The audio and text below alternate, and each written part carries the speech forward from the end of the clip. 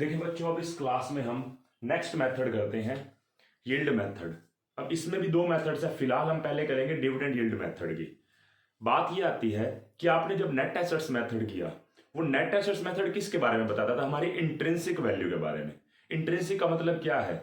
हमारी जितनी भी एसेट्स हैं उनकी आज की वैल्यू, माइनस जितनी भी लाइबिलिटी है उनकी payable value, minus preference shares अगर उनको प्रायोरिटी है तो इससे इक्विटी का पैसा निकल के आ जाता है कि इक्विटी का राइट कितना है कंपनी के अंदर, उसको नंबर ऑफ शेयर से डिवाइड कर देते थे तो हमारी नेट एसेट्स आ जाती थी, सॉरी वैल्यू पर शेयर आ जाती थी। बात ये आती है कि जो नेट एसेट्स मेथड है ये सबसे ज्यादा कामयाब कब है? हम नेट एसेट्स कब निकालेंगे? जब हम सोच के बैठे हैं कि हम अपना बिजनेस बंद करने वाले हैं, बंद करने की अगर इच्छा है, लिक्विडेट करने वाले हैं, तब हम अपने शेयर की वैल्यू निकालेंगे ना कि हमारे शेयर की वैल्यू कितनी है, ताकि हम आगे अपनी कंपनी को जो बेच रहे हैं वो खरीद सके, जो भी खरीदने वाले हैं आगे। बात ये आती है कि एक पर्सन, मैं एक छोटा इन्वेस्टर हूं, मान लो मैं किसी कंपनी में इन्वेस्ट करना चाहता हूं। मेरे लिए ये मतलब नहीं है कि कंपनी कितनी लंबी चली कितनी नहीं, मेरे दिमाग में ये है कितनी कॉस्ट पड़ेगी जो मैं शेयर्स खरीदूंगा, प्लस हर साल डिविडेंड कितना दे रहे हैं, कुछ ज्यादा दे रहे हैं कि नहीं। अगर मान लो मैं कहीं पे 100 रुपए लगा के 10 रुपए कमाता हूं, वो मुझे और भी कई सोर्सेज से मिल जाएगा क्या? जिस कंपनी में मैं शेयर लगा रहा हूं मुझे 15 रुपए दे रहे हैं कि नहीं, 5 रुपए कुछ एक्स्ट्रा दे रहे हैं कि नहीं, मतलब जो नॉर्मल रेट ऑफ डिविडेंड है उससे एक्स्ट्रा कुछ दे रहे हैं कि नहीं। मेन बात यह है। अब मैं आपको एक बात बोलूं, मेरे शेयर की फेस वैल्यू ना 10 रुपए है, ठीक है। अब मैं ये कहूं मार्केट के अंदर नॉर्मल रेट ऑफ डिविडेंड है, हर एक शेयर के ऊपर नॉर्मल रेट ऑफ डिविडेंड जो है ना वो कितने रुपए है? मान लेते हैं हर 10 रुपए के शेयर के ऊपर 2 रुपए है नॉर्मल रेट, इंडस्ट्री का जो रेट है। लेकिन कंपनी क्या कर रही है? 5 रुपए दे रही है। क्या दे रही है? 5 रुपए डिविडेंड दे रही है अपने शेयर होल्डर्स को। मतलब नॉर्मली मार्केट में अगर 2 रुपए दिया जा रहा था तो कंपनी 5 रुपए दे रही है, मतलब 2.5 गुना। 2.5 गुना, ये 2.5 गुना ही तो 10 को 2.5 गुना कर देगा, मतलब शेयर की वैल्यू 25 रुपए पर शेयर है। जितने गुना ज्यादा नॉर्मल से ज्यादा डिविडेंड दिया जा रहा है उतने गुना मेरे शेयर की वैल्यू बढ़ गई। 10 को भी 2.5 से मल्टीप्लाई कर दो, या ऐसे बोलो कि 5/2 जो निकल के आया मतलब 2.5 रुपए, ये नॉर्मल रेट है, ये एक्चुअल या एक्सपेक्टेड हम सोच रहे हैं। इसमें कितना है? 2.5। इसको फेस वैल्यू जो 10 रुपए उससे मल्टीप्लाई कर दो, 25 रुपए पर शेयर क्या निकल के आ गई? मेरे शेयर की वैल्यू निकल के आ गई। इतना आसान मेथड था। बात यह आती है कि ये जो आप सोच के देखिए इसकी डीमेरिट्स क्या हैं, इसकी क्या मतलब कमी है। देखो एक चीज तो है भाई, हर बंदे की सोच पता है मैं तो आज कमा लूं, बाद की बाद में देखूंगा। इसलिए जो कंपनीज जो हैं, मतलब जो इसके जो इन्वेस्टर्स हैं जो सोच रहे हैं कि हम कंपनी में पैसा लगाना चाहते हैं, वो यील्ड मेथड को प्रेफर करते हैं। यील्ड मेथड से देखना चाहते हैं कि कंपनी के शेयर की वैल्यू कितनी है, ठीक है। और ये शॉर्ट टर्म पर्पस वाले लोगों के लिए ही है जो सोचते हैं कि भाई आज कमा लूं, बाद की बाद में देखेंगे। समझ रहे हैं बात को? तो ये उनके लिए है। अच्छा एक बात है, ये ना इसके अंदर कमी क्या है सबसे बड़ी? हालांकि थ्योरी क्लासेस में मैं डिस्कस करूंगा डिटेल में, इसकी कमी पता है क्या है? आप समझ के देखना, बहुत बड़ी कमी है ये। देखें हमारे पास ना प्रॉफिट तो बहुत ज्यादा है, सोच के देखना, हमारे पास बहुत ज्यादा प्रॉफिट आता है, हम मार्केट से बहुत ज्यादा कमा रहे हैं, मार्केट्स के कंपैरिजन में बहुत ज्यादा कमा रहे हैं। लेकिन हम उस पैसे को ना अपने पास होल्ड कर रहे हैं, अपने शेयर होल्डर्स को डिविडेंड नहीं दे रहे। क्या शेयर होल्डर निराश होगा, नाराज होगा कि नहीं होगा? यस। उस केस में कंपनी के शेयर की वैल्यू नहीं बढ़ेगी। कंपनी कमा भी रही है लेकिन पैसे को ज्यादा होल्ड कर रही है बजाय कि शेयर होल्डर्स को देने के। इसका मतलब यहां पे इस मेथड के थ्रू शेयर की वैल्यू अच्छी नहीं आने वाली, क्योंकि हम डिविडेंड दे नहीं रहे। अब मान लो मार्केट में 2 रुपए रेट है, हम 3 गुना 6 रुपए दे सकते हैं, लेकिन हम फिर भी 2 रुपए दे रहे हैं, तो शेयर की फेस वैल्यू वही 10 की 10 ही रह गई। समझ रहे बात को? या ऐसा भी तो हो सकता है, कई बार ना कई कंपनी क्या करती है, गड़बड़ करती है अपने शेयर की वैल्यू बढ़ाने के लिए। कमाते कुछ है नहीं, उधार कहीं से उठाते वहां से डिविडेंड दे देते हैं, कुछ भी ऐसा जुगाड़ लगा देते हैं जिसमें वो कमाइयां कम है उनकी, फाइनेंशियल लॉसेज में जा रहे हैं, लेकिन डिविडेंड देने में पीछे नहीं हटते ताकि हमारे शेयर की वैल्यू बनी रहे। ये भी तो फ्रॉड है। मतलब ये दोनों फ्रॉड है। आपके पास प्रॉफिट ज्यादा है, आप नहीं दे रहे, चलो ये फ्रॉड नहीं कह सकते कि ये होल्ड कर रखा है। अगर आपके पास ज्यादा प्रॉफिट है, मैं ऐसा बोलूं कि more profit but no dividend, या लेस प्रॉफिट लेकिन हाई डिविडेंड। इसमें जो ये वाली बात करूं, ये फिर भी फ्रॉड नहीं कह सकते, लेकिन ये तो फ्रॉड ही है कि हिसाब से अगर प्रॉफिट है नहीं फिर भी आप क्या कर रहे हो, डिविडेंड ज्यादा दे रहे हो। ठीक है, तो इसीलिए ना देखा जाए प्रैक्टिकली नेट एसेट मेथड से ना एक्चुअल वैल्यू पता लग जाती है, लेकिन नेट एसेट्स का भी तो एक्चुअल कब पता लगेगा, जब बिजनेस बंद हो रहा है। तो कहीं ना हर एक मेथड के अंदर कोई ना कोई बेनिफिट है तो कोई नुकसान है। अब हम करते हैं इसके क्वेश्चंस से डिस्कशन हमारी बढ़ेगी आगे, तो आप एक बार ध्यान से समझेंगे। देखिए सिक्स्थ नहीं, एट्थ इलस निकाले, मैंने गलती से सिक्स्थ लिख दिया, एट्थ इलस निकाले। 7 तक तो हमारे नेट एसेट्स मेथड के थे ना क्वेश्चंस। तो इसमें क्या कह रखा है कि एक्स लिमिटेड ने डिक्लेयर किया है dividend at 30% on its equity share of ₹10 each 6 rupees paid up. देखो शेयर पेड अप ही लेना है, बेशक उसकी फेस वैल्यू 10 रुपए है, लेकिन हमें 6 रुपए लेनी है। मतलब ये कंफर्म है कि 6 रुपए का शेयर है अभी तक। और कह रहा है कि कंपनी ने 30% डिविडेंड डिक्लेयर किया है, और जबकि normal rate of dividend market में कितना चल रहा है, 10%। मतलब 10% रेट चल रहा है, या 10 रुपए भी कह सकते हैं ऐसे वैसे परसेंटेज, क्योंकि ऊपर भी परसेंटेज है, और 30% हम दे रहे हैं। तो 30/10 × 6, मतलब अगर इसको देखें तो 3 है तो 18 रुपए पर शेयर। जितने गुना ज्यादा मार्केट से डिविडेंड ज्यादा दिया जा रहा है, उतने गुना ही शेयर्स की पेड अप वैल्यू को मल्टीप्लाई कर दो, बस इतना सही आंसर है। तो ये हमारा था आंसर इसका। हमें क्वेश्चन में जो निकालना पड़ेगा ना, वो एक्सपेक्टेड रेट ऑफ डिविडेंड निकालना पड़ेगा, इसमें मेहनत करनी है। तो आप पहले इसी को ही समझे। अब नेक्स्ट क्वेश्चन के अंदर देखें, 9th इलस पे बात करते हैं हम। कह रहे हैं from the following information relating to a company calculate the value of its equity shares. Equity shares की वैल्यू हमने निकालनी है, वैल्यू पर शेयर।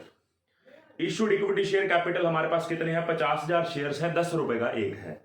और पेडअप इक्विटी कैपिटल है हमारे 8 रुपए, मतलब हमें पेडअप से मतलब है, पेडअप 8 रुपए है। 9% प्रेफरेंस शेयर है, 20,000 शेयर्स, 10 रुपए का एक है।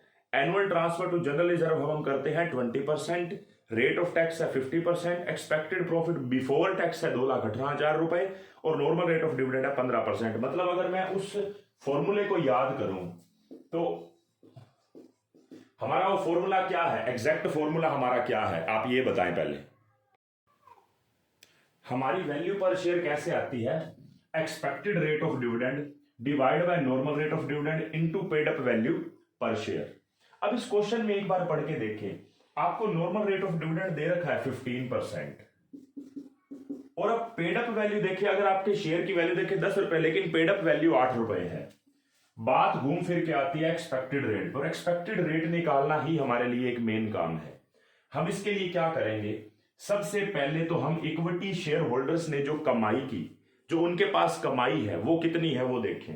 मुझे बताएं क्वेश्चन के अंदर सबसे पहले हमारे पास जो बोल रखा है क्वेश्चन के अंदर, एक्सपेक्टेड प्रॉफिट बिफोर टैक्स कितना है, तो हम इससे निकालेंगे profit available for equity share holders. Calculation of profits available for equity share holder. सबसे पहले एक्सपेक्टेड प्रॉफिट कितना है मुझे बताएं, एक्सपेक्टेड प्रॉफिट कितना है। हमारा एक्सपेक्टेड प्रॉफिट है 2,18,000 रुपए, और ये कौन सा एक्सपेक्टेड प्रॉफिट, बिफोर टैक्स। हमें सबसे पहले इसमें से टैक्स लेस करना पड़ेगा 50%, मतलब 1 लाख रुपए तो हमारा सीधा 1,09,000 रुपए तो हमारा टैक्स माइनस हो जाएगा।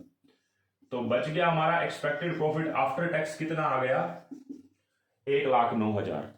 इसमें से हमने रिजर्व में ट्रांसफर किया कुछ हिस्सा, कितने परसेंट हिस्सा रिजर्व में ट्रांसफर किया, 20%, जो ये प्रॉफिट आया उसका। तो ट्रांसफर टू रिजर्व कितना, 20%। तो 1,09,800 का 20% हमारा कितना निकल के आएगा, 21,800 रुपए। और उसके बाद प्रेफरेंस डिविडेंड, क्वेश्चन में कह रखा है ना प्रेफरेंस शेयर्स दे रखे हैं, तो आपको डिविडेंड को लेना पड़ेगा, क्योंकि इक्विटी की वैल्यू निकालने के लिए प्रेफरेंस के डिविडेंड को तो लेस करना ही पड़ेगा ना, तभी इक्विटी की एक्चुअल वैल्यू आएगी। तो हमारे कितने हैं हमारे पास प्रेफरेंस शेयर्स, 20,000 शेयर्स है, 10 रुपए का एक है, 2 लाख, और 2 लाख का 9% कर देंगे,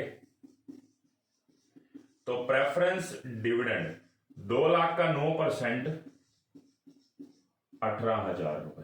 तो ये हमारे पास दोनों लेस करके कितना आ रहा है, 69,200 रुपए, 69,200 रुपीज। ये हमारे लिए क्या है, ये हमारे पास है profit available for equity share holders, profit for equity share holders. ये निकल के आ गया हमारा, कितना निकल के आया है, 69,200 रुपए। अब हमें एक्सपेक्टेड रेट ऑफ अर्निंग्स निकालनी है, तो एक्सपेक्टेड रेट ऑफ डिविडेंड या अर्निंग्स, कुछ भी बोले, कितना है हमारे पास प्रॉफिट अवेलेबल, जो भी निकल के आया है 69,200। मुझे बताएंगे हमारी शेयर कैपिटल कितने की है। अगर आप देखें तो हमारे 50,000 शेयर से 10 रुपए का एक, हम बोल सकते हैं 5 लाख, लेकिन उस पर 8 रुपए अभी तक आए हुए हैं, इसलिए 4 लाख से डिवाइड कर देंगे। बिल्कुल सिंपल है, कितना मालिकों का लगा हुआ और कितना मालिकों ने कमाया, सिंपल सी बात है, रिटर्न निकल के आ गया। मैंने 4 लाख रुपए लगाए और मुझे 69,200 मिल रहे हैं, तो मेरा रिटर्न कितना बन गया, 17.3%। बस ये मेरा रिटर्न निकल गया। मुझे ये क्वेश्चन में निकालना पड़ेगा, कैसे, जितना मालिकों ने कमाया, मतलब शेयर होल्डर्स ने, इक्विटी वालों ने, और जितना उन्होंने लगाया इंटू 100% कर दो, 100 से मल्टीप्लाई कर दो, परसेंटेज आ जाएगी, उसको यहां पे लिख दो। तो ये हमारी एक्सपेक्टेड रेट ऑफ डिविडेंड है या अर्निंग्स, और ये हमारी कौन सी है, जो हमने नॉर्मल सोची हुई है। इसको पेड अप वैल्यू से मल्टीप्लाई कर दो, तो हमारा आंसर इसमें कितना आ रहा है, 9 रुपए 23 पैसा पर शेयर।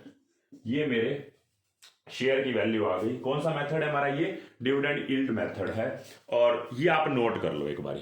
मेरे हिसाब से तो बहुत सिंपल था, मेन चीज आपको एक्सपेक्टेड रेट ऑफ डिविडेंड निकालनी ही सीखनी है। देखिए अब अगला क्वेश्चन हम करते हैं, 10th क्वेश्चन देखते हैं। इसमें क्या कह रखा है, कह रहा है paid up share capital of the company consist of 2000 5% preference share, 100 का एक है, मतलब 2000 इंटू 100 2 लाख रुपीज के प्रेफरेंस शेयर्स है, और 5% उनका रेट है। उसके बाद इक्विटी शेयर्स है 4,100 रुपए का एक है, 4 लाख रुपए हो गए। In addition to a fix dividend of 5% to preference shareholder are also entitled to participate in the profit up to 4% after payment of dividend of 10% on equity shares. मतलब क्या कह रहा है, हम प्रेफरेंस को पहले डिविडेंड दे देंगे जो उनका 5% रेट है, उसके बाद इक्विटी को दे देंगे, इक्विटी को देने के बाद फिर सरप्लस जो प्रॉफिट बचेगा ना, उसमें प्रेफरेंस वालों को दोबारा डिविडेंड देंगे। आपको ध्यान होगा एक पार्टिसिपेटिंग प्रेफरेंस शेयर्स होते थे, आपने 12th क्लास में भी पढ़ा होगा, जब आपने शेयर्स की थ्योरी पढ़ी होगी, इश्यू ऑफ शेयर्स की। पार्टिसिपेटिंग प्रेफरेंस शेयर्स यही है कि जब एक्सेस प्रॉफिट होता है, ज्यादा प्रॉफिट होता है, तो ये दोबारा उस प्रॉफिट में हिस्सा ले सकते हैं प्रेफरेंस शेयर होल्डर्स, अगर वो पार्टिसिपेटिंग है तो। उसके बाद बात आती है सरप्लस जो होगा वो सारा फिर उसके बाद इक्विटी वालों का, मतलब पहले प्रेफरेंस वाले लेंगे, फिर इक्विटी वाले, फिर प्रेफरेंस वाले, फिर लास्ट में इक्विटी के लिए ही है। उसके बाद the annual average profit of the company are 1 lakh after providing for depreciation. 1 lakh रुपए हमारा प्रॉफिट है, जिसमें डेप्रिसिएशन ऑलरेडी प्रोवाइडेड हो चुका है, टैक्स भी ऑलरेडी प्रोवाइड हो चुका है, और it is considered necessary to transfer 6,000 per annum to reserve fund. कह रहे रिजर्व फंड में हमें 6,000 डालने हैं, तो मैंने क्वेश्चन थोड़ा बहुत नोट कर दिया है साथ में। एवरेज एनुअल प्रॉफिट है आफ्टर टैक्स एंड डेप्रिसिएशन ही है ये 1 लाख, इसमें से रिजर्व में 6,000 ट्रांसफर कर दो तो हमारे पास कितना बचा, 94,000। इसमें से पहले प्रेफरेंस वालों को अगर हमें डिविडेंड दे दूं, क्योंकि आगे एक बारी बात पढ़ लेते, कह रहे हैं normal rate of dividend expected on preference shares है 8% and that on equity share है 10%। ये नॉर्मल रेट ऑफ डिविडेंड दोनों के लिए बता रखा है, मतलब हमें दोनों शेयर्स की वैल्यू अलग अलग निकालनी है। नॉर्मल मुझे पता है, कोई बात नहीं, जो हमारा मेन रूल है कि नॉर्मल नीचे लेते हैं, इनटू में paid up value of shares लेते हैं, और ऊपर क्या लेते हैं, एक्सपेक्टेड रेट ऑफ डिविडेंड। ठीक है, तो हमें एक्सपेक्टेड के लिए ही मेहनत करनी है। तो देखिए सबसे पहले 1 लाख में से 6,000 प्रेफरेंस शेयर ट्रांसफर कर दिया रिजर्व में, फिर 94,000 आ गए। उसके बाद 2 लाख रुपए की जो हमारी शेयर कैपिटल है, उसमें 5% हम क्या देंगे, डिविडेंड देंगे। 2 लाख का 5% कितना है, 10,000 रुपए। फिर उसके बाद इक्विटी शेयर्स कितने हैं, 4,000 इंटू 100 4 लाख। उसके ऊपर फिर से कह रहा है कितना, 10% हमने देना। देखो कह रहा है फर्स्ट पैरा में ही कह रहा है कि हमने प्रेफरेंस शेयर्स को दोबारा 4% देना है, लेकिन इक्विटी वालों को 10% देने के बाद, मतलब पहली बार इक्विटी वालों को भी 10% ही मिलेगा। तो इक्विटी वालों को हमने 10%, कितने के शेयर्स हमारे, 4 लाख के, 4 लाख का 10% 40,000 रुपए।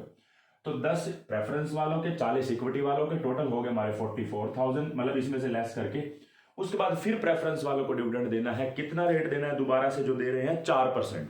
2 लाख का 4% मतलब कितना, 8,000 रुपए। तो 44 में से 8 गए, 36,000 रुपए हमारा सरप्लस जो इक्विटी वालों के लिए बच गया। ये इक्विटी वालों का है लास्ट में। हालांकि इक्विटी वालों को पहले भी मिला है 40,000 प्लस ये जो बचा ये भी इक्विटी वालों का ही है। अब हम क्या करते हैं, सबसे पहले एक्सपेक्टेड रेट ऑफ डिविडेंड निकालते हैं दोनों के लिए। तो कितना बनेगा, एक्सपेक्टेड बोलो या एक्चुअल बोलो, क्योंकि अब तो एक्चुअल ही है। Actual rate of dividend for preference shares, for equity shares. Preference वालों के लिए पहले मुझे बताओ, मुझे ये बताओ प्रेफरेंस वालों को हमने डिविडेंड यहां पे कितना दिया, 10,000। फिर दोबारा से हमने दिए 8,000, टोटल दिए 18,000 और उनके शेयर की फेस वैल्यू थी 2 लाख। तो 2 लाख के ऊपर 18% मतलब 9% हमारा क्या निकल के आ गया, actual rate of dividend for preference and equity मतलब 9%। उसके बाद आते हैं हम इक्विटी वालों के ऊपर। देखिए हमने इक्विटी वालों को पहले कितने दिए, 40,000, और जो लास्ट में बचे वो किसके थे, इक्विटी के ही। तो टोटल कितने हो गए हमारे फिर इक्विटी शेयर्स की, टोटल तो 76 ही बना। 40 पहले दिया ही था हमने, 36 और हो गया। और ये बात आप दोबारा से सुन ले, प्रेफरेंस वालों को डिविडेंड देने के बाद पहले हमने इक्विटी वालों को 10% देना है, ये क्वेश्चन कह रखा है, पहले पैरे में ही क्या रखा है। फिर उसके बाद प्रेफरेंस को दोबारा देना, फिर जो बचा वो सरप्लस सारा किसका है, इक्विटी का। अल्टीमेटली इक्विटी को पहले 40 मिले, फिर 36, और टोटल इसके शेयर्स की फेस वैल्यू कितनी है, मतलब जो टोटल मिले हुए हैं 4 लाख रुपए। तो इनका दोनों का रेट निकालना है, एक का 9% आ रहा है और एक का आ रहा है 19%। एक का 9% आ रहा है और एक का कितना आ रहा है, 19%। तो इसके बाद हमारा क्वेश्चन करना मुश्किल नहीं है। हमारा अगर ये रेट निकल गया, नॉर्मल रेट ऑफ डिविडेंड नीचे दे ही रखा है और पेड अप वैल्यू से मल्टीप्लाई कर देते हैं बस। तो आप पहले ये वाला पोर्शन नोट कर लो अगर आपने करना है, हालांकि आपके पास सॉल्यूशन तो है ही। तो देखें हमारे पास अब वैल्यू पर शेयर आ जाएगी प्रेफरेंस वालों की और इक्विटी वालों की। मुझे बताएं प्रेफरेंस वालों का एक्चुअल रेट कितना आया है, 9%, और इनका नॉर्मल बता कितना रखा है। देखो क्वेश्चन में प्रेफरेंस वालों का नॉर्मल बता रखा है, कह रहा है 8%, और इसकी फेस वैल्यू कितनी है, 100 रुपए। तो 9/8 इंटू 100 मतलब 112.50। अब इक्विटी वालों की कितनी आ रही है, 19%। ये एक्चुअल है, और एक्सपेक्टेड कितनी बोल रखी है क्वेश्चन के अंदर, 10% इंटू 100। तो इसकी कितनी वैल्यू आ गई, 190 रुपए। दोनों के शेयर्स की वैल्यू पर शेयर मतलब हमारे पास निकल के आ गए। सिंपल क्वेश्चन था, बिल्कुल सिंपल था। ठीक है, तो ये आप पहले नोट कर लीजिए अच्छे से। देखें नेक्स्ट क्वेश्चन, देखें इलस नंबर 11। इसमें क्या कह रखा है पढ़े। हमें बैलेंस शीट दे रखी है, नीचे कह रखा है कि प्लांट एंड मशीनरी की वैल्यू 1,20,000 होगी, मतलब नई वैल्यू डिसाइड हुई है। लैंड एंड बिल्डिंग की वैल्यू भी नई डिसाइड हुई है। कह रहा है एक इसके अलावा 5,000 रुपए के ट्रेड रिसीवेबल है जो बैड हो गए हैं, मतलब बैड डेट्स हो गए हैं। प्रॉफिट ऑफ कंपनी दे रखा है हमें 1 लाख, 1,40 और 1,20 पिछले 3 सालों का। और it is the practice of the company to transfer 20% of profit to general reserve. हम जनरल रिजर्व में डालते हैं, अभी पीछे आपने पढ़ा भी था, वैसा ही पॉइंट आ गया। कह रहा है टैक्सेशन को इग्नोर करो, find out the value of the share of the company on their intrinsic और net value assets basis.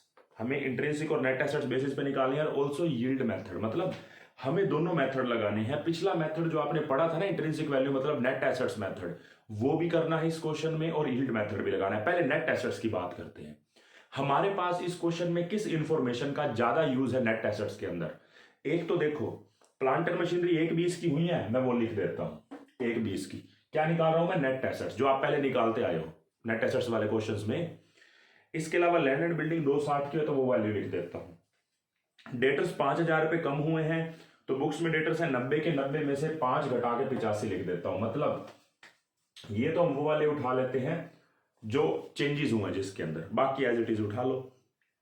Trademarks 40,000, inventory 40,000, और कैश एट बैंक 56,000। एक ना नीचे सबसे लास्ट में क्या लिखा हुआ है, लास्ट पैरा में कह रहा है गुडविल ऑफ द कंपनी भी 2 लाख डिसाइड हुई है। हालांकि इन्होंने ये भी बोल रखा है कि ना डिविडेंड जो ना एक्सपेक्ट जो हमारा नॉर्मल रेट ऑफ डिविडेंड जो सिमिलर रेट मार्केट में चल रहा है वो 12% है, लेकिन इसका यूज तो यील्ड मेथड में है, इसको बाद में देखेंगे। लेकिन क्वेश्चन कह रहा है goodwill of the company 2 lakh है। हम अगर गुडविल वाला चैप्टर निकाल रहे थे तो गुडविल को यहाँ पे कंसीडर नहीं करते थे, लेकिन अब हम वैल्यूएशन ऑफ शेयर्स पढ़ रहे हैं इसलिए गुडविल को कंसीडर करेंगे। तो गुडविल हमारी यहाँ पे कितनी है, 2 लाख जो वैल्यू हुई है वो भी लेंगे। तो ये एसेट्स आ गई, इसमें से 3 लाइबिलिटी लेस करनी है। ट्रेड पेबल्स है 80,000 रुपए के, वर्कमैन सेविंग अकाउंट है 40,000 का, और शॉर्ट टर्म प्रोविजन मतलब प्रोविजन फॉर टैक्स है 90,000 रुपए का। ये तीनों लेस कर देंगे तो 2,10,000 रुपए हमारी लाइबिलिटी है। और नेट एसेट्स हमारे पास कितनी आ जाएगी यहाँ पे, 5,91,000। इसको नंबर ऑफ शेयर से डिवाइड कर देते हैं। हमारे नंबर ऑफ शेयर्स दे रखे हैं 20,000, तो 5,91,000 को 20,000 से डिवाइड कर दो, 29 रुपए 55 पैसे पर शेयर हमारे शेयर की वैल्यू निकल आई। इंट्रिंसिक वैल्यू भी इसको बोल सकते हैं। इसके बाद हम दूसरा मेथड करते हैं, जो हमारा कौन सा मेथड है, यील्ड मेथड है। पहले आप इसको समझ ले, इसमें कुछ था नहीं वैसे, ये तो आप ऑलरेडी 7 क्वेश्चन पहले करके आए थे, बस ये है कि मिक्स कर दिया, दोनों मेथड से ही करवा दिया इन्होंने। देखिए हम दूसरे मेथड की बात करते हैं। यील्ड मेथड में हमें क्या चाहिए होता है, प्रॉफिट, क्योंकि हमें एक्चुअल रेट या एक्सपेक्टेड रेट ऑफ डिविडेंड निकालना पड़ता है। उसके लिए प्रॉफिट और डिवाइड में हमें कैपिटल लेनी पड़ती है, इंटू 100 करते हैं तो रेट निकल के आ जाता है। अब मुझे प्रॉफिट निकालना है, इस क्वेश्चन में मुझे प्रॉफिट नहीं दे रखा, पर्टिकुलरली हमें किसी साल का प्रॉफिट नहीं दे रखा। अगर हमें किसी साल का प्रॉफिट नहीं दे रखा, लेकिन मतलब जिस साल की बात हो उस साल का प्रॉफिट नहीं दे रखा, लेकिन पिछले 3 सालों का प्रॉफिट तो दे रखा है ना, उसका यूज करते हैं, एवरेज कर देते हैं, यही कर सकते हैं हम। तो कैसे करेंगे, प्रॉफिट्स कितने हैं पिछले 3 सालों के, 19 का है 1 लाख रुपए,